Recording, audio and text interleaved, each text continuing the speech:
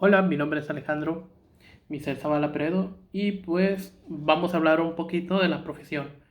Mi profesión como tal es licenciado en Comercio Internacional y esta es una profesión que tiene diversos riesgos.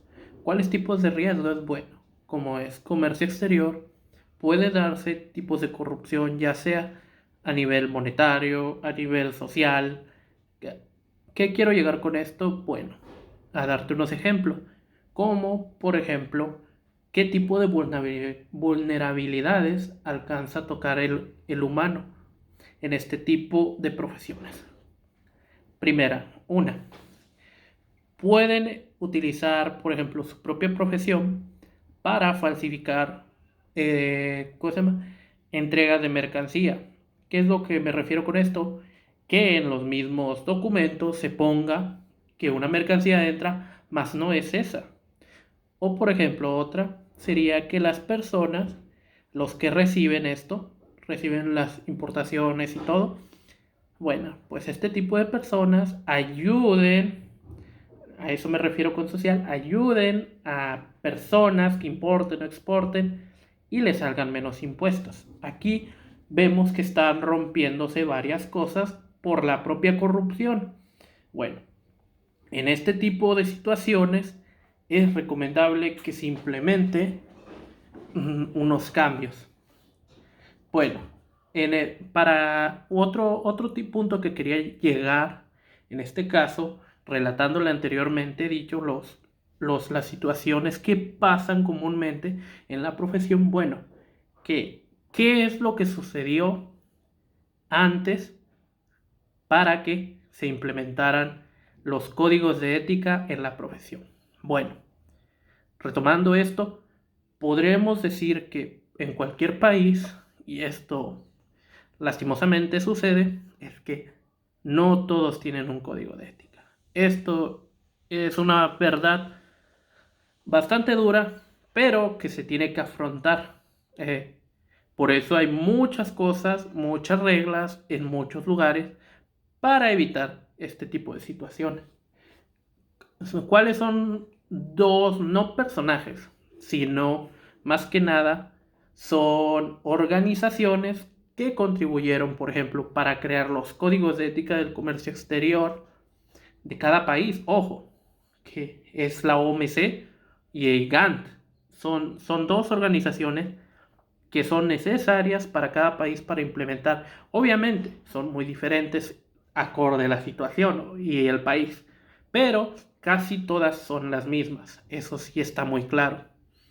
Bueno, lo que yo quería decir con esto de las personas que lo crearon es cómo se desarrolló este tipo de situación, cómo se manejó, cómo se implementó, que es lo que estamos hablando en este momento. Por ejemplo, aparte de esto, quería hablar un poquito de cuáles son los puntos fuertes y débiles del código.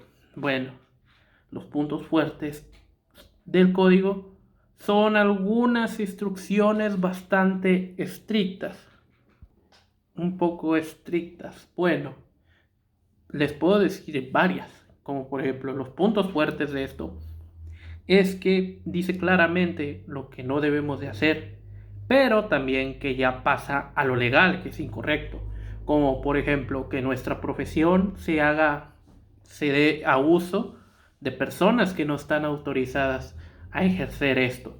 Ese es un tipo de código ético que la verdad ya invade a lo legal, porque no puede cualquier persona ejercer la profesión, más que nada por obvias razones de que no es esa persona y no está capacitada para eso. Otro tipo pienso y considero que son puntos fuertes es que nos indican que deberemos hacer ¿cómo se llama? Trabajos, pero debemos de evitar acciones fraudulentas. Es decir, esto es bastante excelente, nos dice que debemos evitar tipos de acciones fraudulentas en el servicio de aduanas, que ocurre mucho. Por ejemplo, les podría decir, en el caso de, por ejemplo, de filtración de armas, ese es un caso bastante notorio, por ejemplo, en México. Eh, en otros casos también mercancía que tiene regulaciones muy estrictas y entre otras. El punto malo, esto me parece, honestamente, de mi parte, que este código de ética fue creado en plan de que las personas lo van a hacer. Mas no todas las personas piensan igual. Se creó con el pensamiento utópico o de una utopía, que es algo perfecto. Y lamentablemente eso se tendría que reforzar con leyes, con algo más estricto, porque cosas como la honestidad no cualquiera las tiene.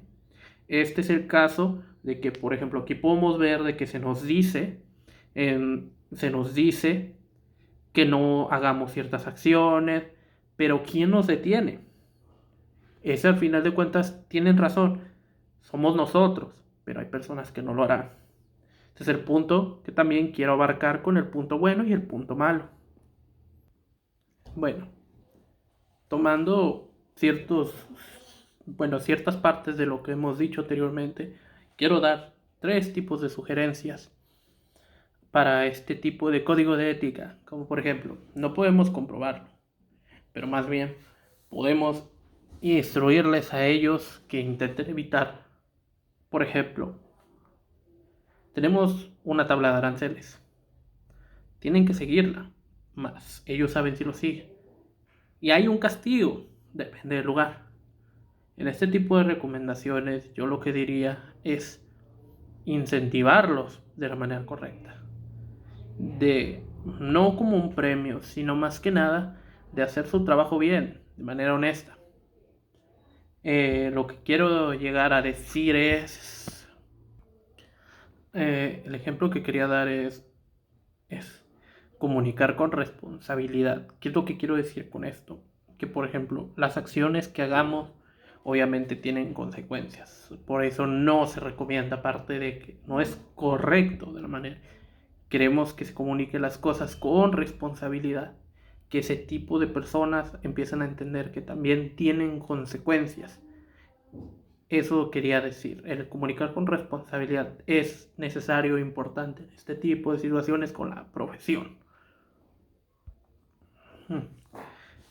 Otro tipo de sugerencia o creo que caso sería lo de quedarse callado, porque toda persona da servicios. Bueno, es importante, y esto creo que es obvio, no necesitamos un ejemplo muy claro, que es que necesitamos estar callados, tener silencio de las personas que, por ejemplo, nos contratan o a las que brindamos servicio.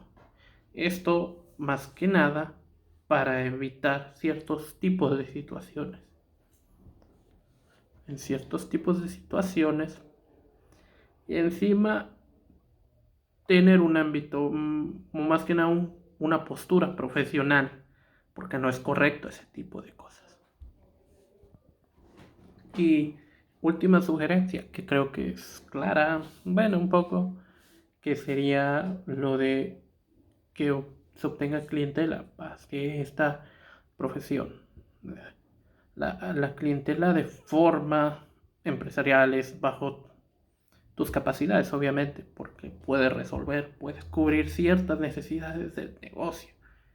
Y pues yo, la verdad, sugiero que este tipo se continúe, pero noto mucho, más que nada, se percibe que muchos tienen como que clientes que se traspasan, más que nada por, ¿cómo se llama? Palancas, se le podría decir, entre otras cosas. Yo recomendaría que ese tipo de cosas no se hagan. ¿Por qué? Porque si hacen una competencia hasta cierto punto desleal, hacen que ese tipo de personas tengan trabajos, pero el problema aquí es eso, que acaparan y no dejan a los que de verdad pueden, nada más por su conveniencia, se podría decir, pero esto ya se ve en puntos. Yo lo considero malo, algo antiético. entre otras cosas. Y bueno, yo por mi parte creo que es todo. No sé, la verdad, espero que haya sido suficiente como para explicar. Antes que nada, creo que se me olvidó el detalle de que el comercio exterior son un tipo de profesiones que se dedican, obviamente, como la palabra lo dice, a comercio exterior, importaciones, exportaciones, trato con ese tipo de ambientes y más que nada con las mercancías que entran o salen del país. Todo lo que sea de tipo administrativo, lo legal, es lo que interviene el comercio exterior. Y espero que se haya entendido el punto. Adiós.